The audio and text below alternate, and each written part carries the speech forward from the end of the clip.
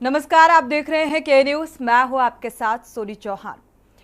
Booth में गुंडागर्दी, घेरे में खाकी वर्दी, बंदायूं का ये पूरा मामला जहां पर 7 बीएलओ से वोटर लिस्ट छीनी गई और छीनने वाले कोई और नहीं बल्कि ड्यूटी पर तैनात एसएचओ हरेंद्र सिंह थे। मतदाताओं को पर्ची डलवाने के लिए बूथ लगाया गया था और बूथ पर बीएलओ मतदाताओं को पर्ची वितरित कर रहे थे और तभी अचानक एसएचओ हरेंद्र सिंह ने वहां पहुंचकर बीएलओ से वोटर लिस्ट छीन लेते हैं। सूचना के बाद आदित्य यादव भी मौके पर पहुंच जाते हैं और उन्होंने बीजेपी पर आरोप लगाते हुए कहा है कि बीजेपी नहीं बल्कि खाकी और प्रशासन चुनाव लड़ रहा है। इसके साथ ही एसएचओ हरेंद्र सिंह मीडिया के सवालों पर आग बबूला हो उठते हैं। अब सवाल ये उठता है कि क्या वोटिंग प्रतिशत में कमी आने का जो प्रमुख कारण है वो यही है, और सवाल ये भी कि जब बीएलओ अपना काम कर रहे थे तो अचानक एसएचओ ने पर्चियां क्यों छीनी। ये बड़ा सवाल है क्योंकि कल तीसरे चरण का मतदान था और ऐसे में बंदायूं से ये मामला सामने आ रहा है जहां पर बीएलओ और एसएचओ की मौजूदगी होती है और ये बीएलओ से पर्चियां क्यों छीनी जाती हैं, इस बात को लेकर सवाल उठाए जा रहे हैं। ये बदायूं का इस्लाम नगर का बूथ स्तर है जहां पर जो है बीएलओ से भी जो है पर्चियां को छीन लिया गया, यानी कि ये पर्ची लेकर बैठे हुए थे खोलने के लिए, लेकिन इन सबसे भी पर्चियां जो है छीन ली गई। क्या हुआ था? अब कौन सर हमारा यहाँ बूथ था, यहाँ पे लगा हुआ सामने, ये लेखपाल साहब ने ये बूथ लगवा रखा है। 4, 5, 6, 7, 8, 9, 10 भाग संख्या मेरी है। मैं यहाँ बैठा, हरेंद्र सिंह आए सब। जब सर वोट पर्ची रह जाती है उसमें तो आदमी अपनी देखेंगे तो भीड़ लगेगी। सरकार ने जब इसकी व्यवस्था कराई है तो जब हम यहाँ बैठे हैं तो हम तो पर्ची देंगे। हरेंद्र सिंह कह रहे हैं आपने ऐसे भीड़ लगा रखी है, ऐसे ये गलत है, आपने यहाँ कैसे बैठ गए।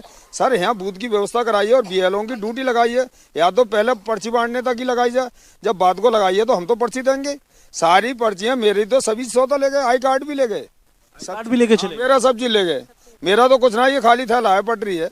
छीना झपटी भी किए क्या आपके निशान? और वो भाग्य तो बीएलओ भाग्य, हम यहाँ पे बैठे। वहीं साहब ये गलत है, ये तो पहला चांस है, ऐसा चांस। गले में रेड निशान है क्या? वैसे छीना झपटी ना, छीना झपटी ना, हाथ में से मेरे हाथ में थी, उन्होंने छीन ली और सब बीएलओ की छीन ली। जितने बीएलओ हैं सबके कुछ के जैसे ये ममता आए, इनके तो बैग में से थैले में से निकाल के। थैले में आपका कहाँ था? यहीं पर था, भाग 9 भाग संख्या 9 में। आप तीनों लोग बीएलओ हैं? हम 7 7 लोग हैं। मतलब अब यहाँ पे ये बीएलओ का कमरा था, ये बीएलओ का बूथ है, इसमें हम बैठे थे। तो अब मतलब क्या अभी तक वापस नहीं किए? नहीं सर, बात ये होती है, मान लो जो व्यक्ति कल तक नहीं आने वाला होता है या आने वाला होता है, आप कह दो बहन जी हमें मालूम है ये रुद्रपुर रहते हैं या मुरादाबाद रहते हैं, तो उनका कोई घर का नहीं है, वो कहते हैं भाई साहब इनके ताला लगाए, तो हमको ये मालूम है कि ये कल आएंगे तो हम ये बूथ पे बैठेंगे, तो वो कल ही तो पर्ची देंगे। अगर हमको गाइडलाइन मिली हो कि आप पड़ोसी को पर्ची दे जाइए तो हम पड़ोसी को दे देंगे, लेकिन हमको ये गाइडलाइन ये होता है कि जब वो व्यक्ति आ जाए आप उसको पर्ची थमाइए, रिसीविंग कराइए। तो जो पर्चियाँ बाहर की होती हैं वो पर्चियाँ मृतक ये सब तक वो हम अपने पास रख लेते हैं, बाकी पर्चियाँ हम ही बैठ के देते हैं जो बाहर के लोग आते हैं। अब इतने में वो 9 बजे का टाइम, 9:30 बजे का टाइम था, वो आए भाई, 2-4 लोग खड़े थे भाई पर्ची लेने के लिए। इतने में आके उन्होंने सबकी बस्ते छीनने शुरू कर दिए कि आप जाइए यहाँ से, आप जाइए यहाँ से, तो बस्ते सब छीन के ले गए। फिर मैंने वहाँ तक उनकी कोशिश करी, गाड़ी की गड्डी भी खोलने की कोशिश करी, तो उनकी वो लड़की जो थी कस्टमर, वो बोली बहन जी सर से पूछ लीजिए। मैं सर रिक्वेस्ट कर रही हूँ आप मेरी वोटर लिस्ट दे दीजिए और पर्ची दे दीजिए, मुझे थोड़ी सी पर्चियाँ ये रह गई हैं, 50-100 पर्चियाँ जो भी रह गई हैं मैं इनको बांट दूंगी, मैं फिर आप मेरी 5 बजे के बाद मैं चली जाऊंगी। तो ले आप जाइए यहाँ से, मैं कहता ना हूँ, मैंने कहा आप फिर मैं आ गई, गुस्सा मैं नहीं कहती, मैंने लिख के दे जाइए, मैं चली जाऊँगी तत्काल। तो इतने मुझे तो छोड़ गए, लेकिन उन सबका कागज भी ले गए, मेरे भी कागज ले गए, कागज लेके चले गए। आप लोग तो आयोग की तरफ से हैं? हाँ सर, हम तो आयोग की तरफ से। आप लोगों ने शिकायत की? भैया हम किससे शिकायत करें, कोई सुनने को तैयार नहीं है। एसडीएम साहब से शिकायत की थी मैंने, एसडीएम साहब से 9:30 बजे करीब शिकायत की थी। उन्होंने कहा मैं अभी कोतवाल साहब से कहता हूँ वो आपकी वापसी दे देंगे। ना कोई एसडीएम साहब का जवाब आया। अभी मैंने 5 बार और कॉल की है, उनकी कॉल उठना रही है, ना डीएम की उठ रही है ना किसी की। 9 से अब तक 9:30 से अब तक अभी तक सर मिली ना, कुछ ना दे रहे हैं, ऐसे ही बैठे हैं। जनता परेशान कर रही है, हम दें कहाँ से सर, जब हम पे कुछ है ना। वोटर लिस्ट ले गए, पर्ची ले गए, सभी चीज ले गए, हम पे कुछ हो तभी तो दें। हमारे पास तो ये हाल है यहाँ पे इस्लाम नगर, जहाँ पर लोग महिलाओं वोट डालने के लिए आ रहे थे यहाँ पर, और ये बीएलओ के लिए कैंप बनाया गया था जहाँ पर बीएलओ बैठ करके पर्चियाँ काट रहे थे। लेकिन फिलहाल ये खाली है, जो कि इसको भरा होना चाहिए। यहाँ पे बीएलओ की ड्यूटी होती है, वो पर्ची सबको जो है वो वितरित करते हैं, लेकिन कहीं ना कहीं जो प्रशासन की तानाशाही है उसकी वजह से यहाँ पर वोट परसेंटेज भी कम होता नजर आएगा, क्योंकि कहीं ना कहीं जब बीएलओ को यहाँ पे काम करने का मौका नहीं मिलेगा, वो पर्ची नहीं बांट पाएंगे, तो जाहिर सी बात है वोट भी नहीं पड़ पाएंगे। कैमरामैन आदित्य तिवारी के साथ मैं संदीप मिश्रा, बदायूं। तो दरअसल ये जो मामला सामने आ रहा है बूथ में गुंडागर्दी का, ये पूरा मामला, क्योंकि तीसरे चरण में मतदान के दौरान की ये जो ये कहा जाए तीसरे चरण का मतदान कल संपन्न हो चुका है और बदायूं से जो ये पूरा घटनाक्रम सामने आया उससे ये सवाल उठना लाजमी हो जाता है कि क्या सिस्टम की नाकामी समझा जाए, क्योंकि बदायूं लोकसभा सीट का जो सियासी समीकरण है वो बेहद मायने रखता है। यहाँ पर समाजवादी पार्टी का जो है एक लंबे अरसे से कब्जा रहा है, 96 से लेकर 2019 तक का अगर जिक्र किया जाए, और बदायूं लोकसभा सीट में किस तरीके से यहाँ पर खाकी की धमक देखिए जरा। आरोप आपका गलत है, आपका आरोप गलत है। पर्चियां हमारे संवाददाता मैंने नहीं छीनी पर्ची। संदीप जब सवाल पूछते हैं एसएचओ से तो वो किस तरीके से भड़कते हुए नजर आ रहे हैं, जरा देखिए। पर्चियां आप लोग छीनी, पर्चियां आपने छीनी। मैंने नहीं छीनी पर्ची, आप पे हमने नहीं। आरोप आपका गलत है, आपका आरोप गलत है। पर्चियां आप लोग छीनी, पर्चियां आपने छीनी। मैंने नहीं छीनी पर्ची, आप पे हमने नहीं। आरोप आपका गलत है, आपका आरोप गलत है। पर्चियां आप लोग छीनी, पर्चियां आपने छीनी। मैंने नहीं छीनी पर्ची, आप पे हमने नहीं। देखिए जरा सत्ता की हनाक, एसएचओ साहब इतना भड़कते हुए नजर आ रहे हैं कि ये पर्चियां हमने नहीं छीनी, जबकि वो तस्वीरें भी सामने आई, पूरा घटनाक्रम सामने आया जहां पर बीएलओ के ये आरोप कि किस तरीके से एसएचओ के द्वारा बीएलओ से वो पर्चियां छीनी गई, वो तमाम प्रतिक्रियाएं सामने आ रही हैं। लेकिन यहां पर सरासर जो है फिलहाल वो इस बात को नकारते हुए नजर आ रहे हैं कि ये जो आरोप आप लगा रहे हैं ये गलत है। जब के न्यूज के संवाददाता संदीप ने एसएचओ से ये सवाल पूछा तो वो भड़कते हुए नजर आ रहे हैं, और ये शायद खाकी की मनमानी या सिस्टम की लाचारी ही कहेंगे कि जिस तरीके से 3 चरण का मतदान संपन्न हो जाता है और अगर पिछली बार की अपेक्षा तुलना की जाए तो मतदान प्रतिशत बेहद कम है। हमारे साथ खास मेहमान जुड़ चुके हैं, आपका परिचय करा देते हैं और इसी मुद्दे को लेकर विस्तार से चर्चा करते हैं। एक्स आईपीएस हैं ज्ञान प्रकाश चतुर्वेदी जी, स्वागत है आपका इस चर्चा में शामिल होने के लिए। अनिता श्रीवास्तव जी हैं बीजेपी प्रवक्ता, आपका बहुत बहुत स्वागत है इस चर्चा में शामिल होने के लिए। करण त्रिपाठी जी हैं कांग्रेस नेता, आपका भी बहुत बहुत स्वागत है इस चर्चा में शामिल होने के लिए। बदायूं से संवाददाता रितेश चौहान है। अपडेट साझा करते हैं पहले, इसके बाद अनिता श्रीवास्तव से शुरुआत करेंगे। रितेश, क्या अपडेट है इस मामले को लेकर? देखिए, बिल्कुल अगर यहाँ पर मामले की बात की जाए तो लगातार कल एसएचओ जो इस्लाम नगर थे उनकी कहीं ना कहीं दबंगई सामने आई है, और के न्यूज ने जब इसका पर्दाफाश करने की कोशिश की है तो वहीं एसएचओ दबंगई दिखाते नजर आए। हमारे कैमरे पर उन्होंने दबंगई की है और लगातार वो यही कहते रहे कि आप लोग आरोप लगा रहे हैं। लेकिन यहाँ पर देखा जाए तो साफ तौर से जो बीएलओ था वहां पर मौजूद, जिससे पर्चियां छीनी गई थी, वो साफ तौर पर आरोप लगा रहा था। उसने संबंधित एसडीएम से भी कहा था, लेकिन फिलहाल अभी तक कोई कार्रवाई नहीं की गई है। और हमने जब जिम्मेदार अधिकारियों से बात करने की कोशिश की तो वो हमारे कैमरे और हमारे माइक से हमारे सवालों से बचते हुए नजर आ रहे हैं। फिलहाल अभी तक जो है टाल मटोल करते ही नजर आ रहे हैं। जी बिल्कुल, हरेंद्र सिंह जिस तरीके से भड़कते हैं वाकई वो ये दर्शाता है कि कमी तो है सिस्टम में, कुछ ना कुछ ऐसी कमी बढ़ती गई, खामी है जिसकी वजह से वो नाराजगी इस तरीके से जताते हुए नजर आ रहे हैं। बीजेपी प्रवक्ता भी हमारे साथ जुड़ी हुई हैं, अनिता श्रीवास्तव जी का रुख कर लेते हैं। अनिता जी, ये तस्वीर आपसे कुछ कह रही है, सिस्टम की लाचारी से कहा जाए, और जो मतदान प्रतिशत लगातार कम होता हुआ नजर आ रहा है, क्या एक ये भी वजह मानी जा सकती है? ना तो सिस्टम की कमी है ना ही प्रशासन की। क्या कहेंगे ये उपद्रवी लोग हैं, जबरदस्ती बूथ कैप्चरिंग कराने का प्रयास कर रहे थे, तो इसलिए इन पे कार्रवाई पुलिस वालों ने करना चाहा। और अगर बूथ कैप्चरिंग विपक्ष कर रहा है तो निश्चित कार्रवाई होनी चाहिए, और हुई।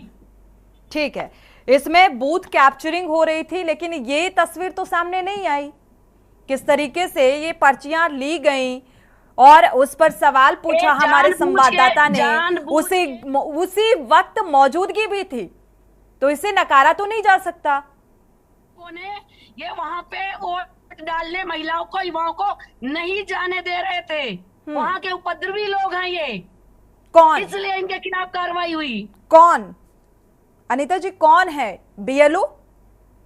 ये वहां पे ये जो विपक्ष है, इंडिया गठबंधन गठबंधन के उपद्रवी लोग हैं, वहां पे जाके उपद्रव कर रहे थे, गलत तरीके से वोटिंग कराने का प्रयास कर रहे थे।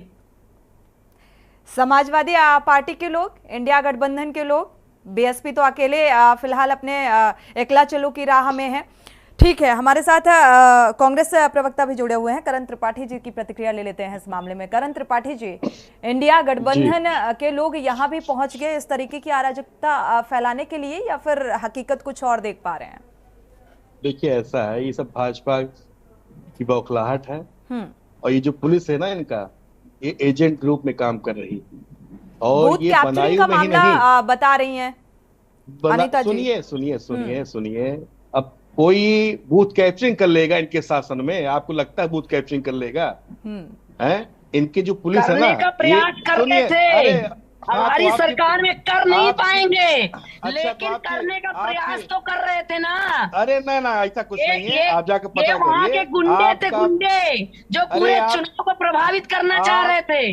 आपकी सरकार है, ये वहाँ के गुंडे थे, इसलिए ठीक है, मान लेते हैं अनीता जी। और एक अहम सवाल है, आपने ये कहा कि ये इंडिया गठबंधन के गुंडे थे जो अराजकता फैलाने का काम कर रहे थे। इस पर हम आपसे सवाल पूछेंगे, आप जवाब दीजिएगा। करण जी की प्रतिक्रिया ले लेते हैं इस मामले में, बात पूरी कीजिए। गठबंधन की बौखलाहट है ये उपद्रवी लोग आए हैं, ये बौखलाहट है, ये हार का डर है, ये जो हो रहा है हार के डर से डर है। ठीक है, भारतीय जनता पार्टी पूरे देश में सरकार बना रही है, जीत रहे हैं, जब होने वाली है इस बार। अरे जमानत जब लग जाएगा, परिणाम आने दीजिए, सब इकट्ठा होकर चुनाव लड़े रहे, संभल से हम जीत रहे हैं। ऐसे जीत दर्ज की जाएगी राजनीतिक पार्टियों की तरफ से। अनीता जी, एक मिनट, करण जी से जवाब लेने दीजिए। करण जी, क्या बूथ कैप्चरिंग का ये मामला था? क्या इंडिया गठबंधन की तरफ से ये की गई अराजकता माहौल बनाने की कोशिश की गई? इनके वोटर निकल नहीं रहे हैं, और जो हमारे वोटर्स हैं उनको वोट नहीं डालने दिया जा रहा है। इनकी पुलिस इनके एजेंट ग्रुप में काम कर रही है। और देखिएगा, बदायूं भी हम जीत रहे हैं, आगरा भी जीत रहे हैं, बरेली भी जीत रहे हैं, और संभल भी जीत रहे हैं। इधर कल जितना चुनाव हुआ, परिणाम हुआ, जितना चुनाव हुआ है, ये सब हार की बौखलाहट है। थोड़ा सा इंतजार करना पड़ेगा, अभी विश्लेषण करना या उसे बताना कि किसकी जीत पक्की है, क्योंकि अभी आधा चुनाव हुआ है, और आधे चुनाव में अभी किस पर ज्यादा दबाव है और किसको प्रेशर लेने की जरूरत है, इसको अभी देखा जाए तो हम भी स्पष्ट तौर पर नहीं कह सकते हैं। हमारे साथ है एक्स से आईपीएस भी जुड़े हुए हैं, ज्ञान प्रकाश चतुर्वेदी जी। ज्ञान प्रकाश जी, जो बदायूं का ये पूरा घटनाक्रम सामने आया, यहाँ पर बूथ कैप्चरिंग का मामला, जैसा कि आपने बीजेपी नेता को भी सुना, इन्होंने कहा बूथ कैप्चरिंग का मामला था, उसे रोकने का प्रयास किया गया प्रशासनिक अमले के द्वारा। क्या तस्वीरें इस बात को बयां कर रही हैं? और अगर ऐसा था तो यहां पर एसएचओ को एक स्पष्ट तौर पर उन सवालों के जवाब देने चाहिए थे कि ऐसा घटनाक्रम था और इसलिए हमने रोकने का प्रयास किया, बजाय वो बचते हुए नजर आए। अनम्यूट करिएगा सर।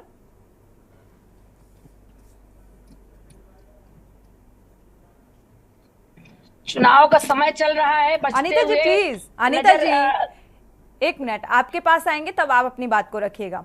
ज्ञान प्रकाश जी से हमारा सवाल है जी। मेरी आवाज जा रही है आपको? जी जी, सुन पा रहे हैं। पहली बात तो कौन जीता कौन हारा ये कहानी बात फिर सही है, मुझे इस मुद्दे पर नहीं पढ़ना है, मुझे केवल पुलिस के मुद्दे पे बात करनी है। ठीक बात। पुलिस को किसी भी प्रकार की अतिवादिता से बचना चाहिए। नंबर 2, बीएलओ जो है वो पर्चियां बांटता है जिससे मतदाता को आसानी हो जाए। ये नहीं बांटेगा, दूसरा कुछ बांटेगा, ऐसा तो है नहीं। उन्होंने कहा कि 100 लोग बच गए थे तो 100 लोगों का बढ़ जाएगा, कोई मुद्दा नहीं है।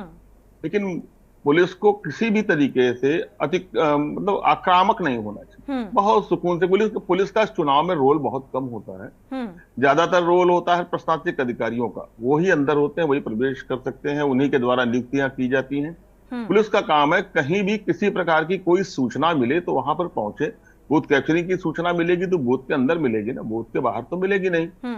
ये कहना कि बूथ कैप्चरिंग हो रही तो बूथ के अंदर होगी ना, वहां पे तमाम इतना बड़ा अमला बैठा होता है, पीठासीन अधिकारी होते हैं, तमाम लोग होते हैं और एजेंट्स होते हैं। तो क्या अगर बूथ कैप्चरिंग की कोई सूचना, जैसा कि बताया जा रहा है, उन्हें दी गई, बात नंबर 2, यदि बूथ कैप्चरिंग की सूचना नहीं दी गई तो क्या इस प्रकार की कोई सूचना वहां पर आरओ को दी गई है, डीएम को दी गई है कि यहाँ पर इस प्रकार के प्रयास किए गए कि लोगों को मत न डालने दिया जाए? मत तो लोगों ने डाला ही होगा। आपने बताया ना कि 100 लोग 150 लोग बचे रहे होंगे, उनकी पर्चियां बढ़ गई होंगी। तो मतदाताओं की आसानी, सरलता, सुगमता के लिए ये व्यवस्था बनाई गई कि उनको पर्ची दें, उन्हें मालूम हो जाए कि ये मेरा है और मैं जाके अपना वोट दे दूंगा। और एग्रेसिव हो गया जो मैं देख रहा हूं, अभी आपने आपके चैनल के माध्यम से देखा, पहले भी मैंने देखा था। बहुत एग्रेसिव होने की आवश्यकता नहीं है।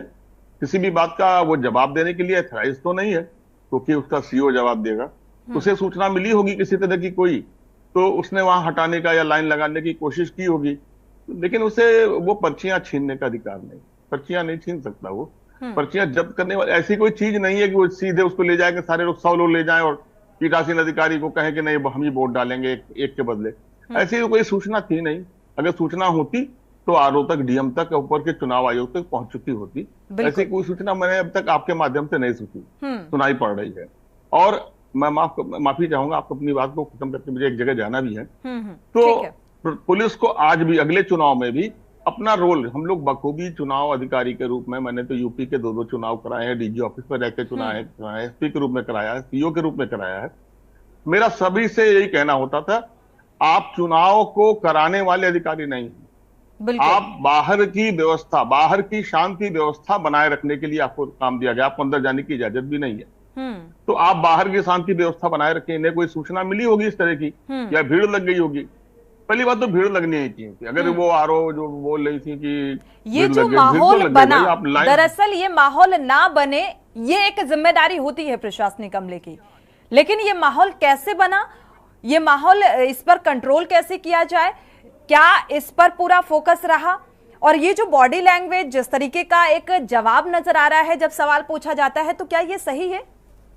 मैंने आपको तुरंत कहा ना कि पहली बात तो बीएलओ की ड्यूटी होती है, वो लाइन लगवा देते कि भाई हम आपकी पर्चियां दे रहे हैं, आप भीड़ के रूप में ना आइए, लाइन में आइए। क्या भारत में तो लाइन लगाने की व्यवस्था ही नहीं है। मैं तो देखा हूँ एक आध जगह लाइन लगती है, पिक्चर हॉल लाइन लग जाती है, या वोट देते समय लाइन लग जाती है। यहाँ तो आप ट्रैफिक को जाके देखिए ना, विकसित भारत, महान भारत, जिस देश के बुरा ना मानेगी जनता, हम भी जनता वोट देने जाते हैं, जिस देश में जनता को ट्रैफिक की सेंस नहीं है, वो अब वो विश्व गुरु बनेगा। पता नहीं कैसे विश्व गुरु बनेगा, मुझे तो नहीं मालूम। बनाना होगा, बनाएंगे। लेकिन पुलिस के रोल के रूप में कहूंगा, अतिवादिता से, आक्रामक स्वभाव से उन्हें बचना चाहिए। उन्हें जाकर सीधे लाइन लगवा देना चाहिए। और अगर कोई गलत मतदाता तो उसे पकड़ के ले जाना चाहिए था। कितने मतदाताओं को पकड़ के ले गए? कितने मतदाताओं, अगर कोई फर्जी मतदाता था पकड़ के ले गए होते। फर्जी बीएलओ तो होगा नहीं। ठीक है, फर्जी ठीक है। ज्ञान प्रकाश जी, माफी के साथ आपको रोकना भी चाहेंगे और 2 मिनट का आपका समय भी चाहेंगे कि आप थोड़ा सा 2 मिनट चर्चा में बने रहिए, क्योंकि जो आंखों देखा हाल था, जो घटना स्थल पर जो कुछ भी हुआ, हमारे संवाददाता वहां पर मौजूद थे, संदीप, और उन्होंने हर एक घटनाक्रम कैप्चर किया है। उन्होंने थाना अध्यक्ष से भी सवाल किया जब वो भड़कते हुए नजर आए। संदीप का सीधे रुख कर लेते हैं। संदीप हमारे साथ जुड़ भी चुके हैं, और क्योंकि ये पूरा घटनाक्रम कई सवाल उठा रहा है, क्योंकि प्रशासनिक अमला कितना जिम्मेदार है इस लोकतंत्र के महापर्व को लेकर। क्या वाकई वो अपनी जिम्मेदारी बखूबी निभा रहा है? और अगर निभा रहा है तो ये घटनाक्रम कैसे सामने आया बीएलओ से? और ये आरोप कोई छोटा मोटा आरोप नहीं है कि पर्चियां छीनने का आरोप। ये तो सीधे सीधे एक हनक है खाकी की, या ये कहा जाए दबंगई है। और उसके बाद उस पूरे माहौल को शांत करने की बजाय आप एक तरीके का अराजकता पूर्ण माहौल बनाते हुए नजर आ रहे हैं। संदीप हमारे साथ जुड़ चुके हैं। संदीप, आपको आवाज मिल पा रही है?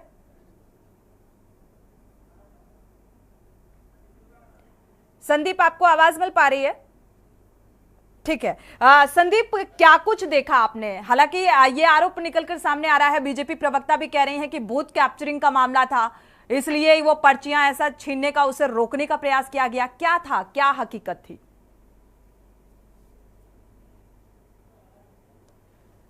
आपकी आवाज अनम्यूट करिएगा संदीप, आवाज नहीं मिल पा रही।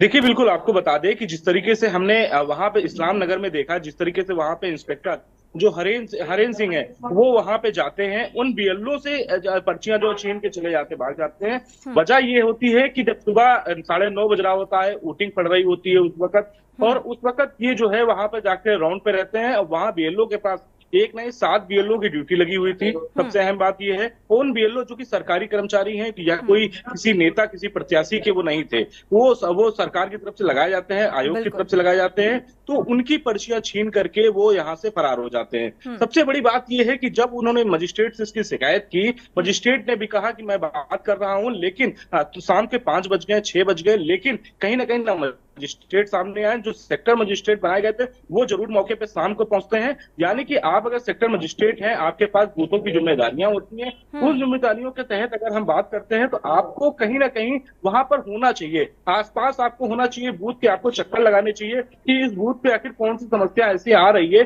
जो बेहतर तरीके से उसका निवारण किया जा सके। लेकिन अब सेक्टर मजिस्ट्रेट वहां से बिल्कुल नदारद थे।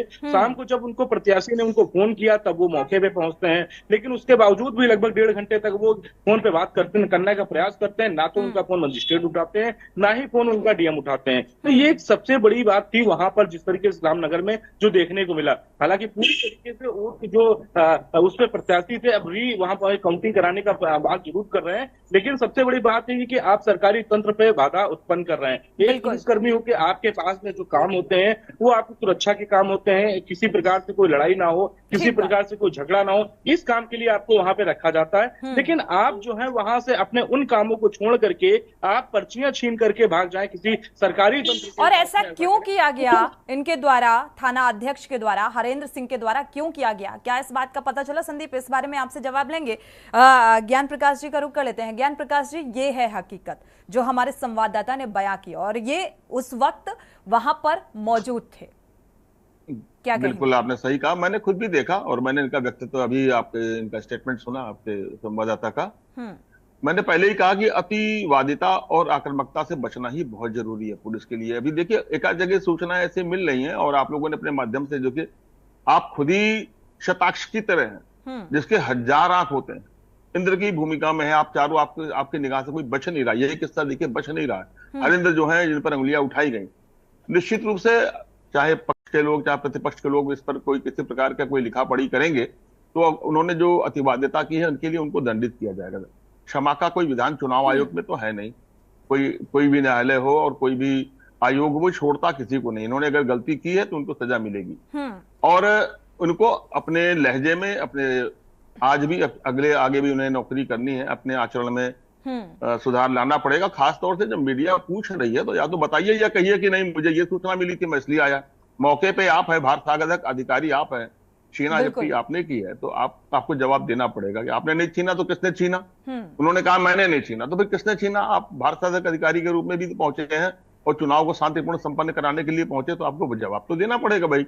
ये राजनेता का जवाब तो है नहीं, पुलिस वाले के पक्ष में कोई खड़ा हो जाए। क्योंकि बीएलओ जो वो कर्मचारी होते हैं वो क्योंकि किसी ना पक्ष के होते हैं ना विपक्ष के होते हैं, और इसमें अगर भारतीय जनता पार्टी के नेता ये आरोप लगाते हैं कि ये इंडिया गठबंधन के लोग वहां पर पहुंचकर अराजकता फैलाने का काम करने के लिए गए हुए थे, तो मुझे लगता है ये आरोप निराधार है और इस तरीके के आरोप नहीं लगाए जाने चाहिए। शुक्रिया आपका समय देने के लिए, इस चर्चा में शामिल होने के लिए बहुत बहुत शुक्रिया ज्ञान प्रकाश जी। अनिता श्रीवास्तव जी का रुख कर लेते हैं। अनिता श्रीवास्तव जी, लोकतंत्र के इस महापर्व में शांतिपूर्ण ढंग से चुनाव संपन्न हो इसके लिए चुनाव आयोग ने भी भरपूर तैयारियां की और प्रशासनिक अमले को भी जिम्मेदारी दी गई।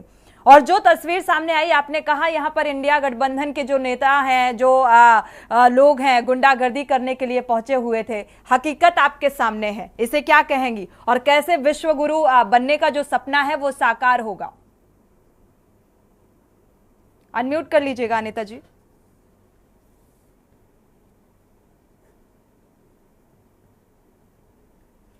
अनिता जी, आपकी आवाज नहीं मिल पा रही है जी।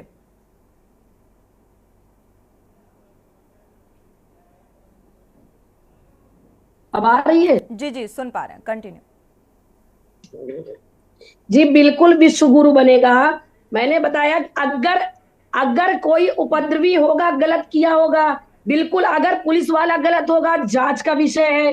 अगर जांच में एक दोषी पाया गया तो 1000% कार्रवाई होगी। ये भारतीय जनता पार्टी की सरकार है, चाहे वो पक्ष हो चाहे विपक्ष हो, कार्रवाई उसके ऊपर भारतीय जनता पार्टी जरूर करेगी। लेकिन अगर जांच में उपद्रवी लोगों का अगर आया, एक ही व्यक्ति बार बार वोटिंग कर रहा है या फिर और वहां पे जाके केवल अराजकता फैला रहा है, तो बिल्कुल लॉ एंड ऑर्डर को ठीक करने के लिए प्रशासन अपना एक्शन लेगा।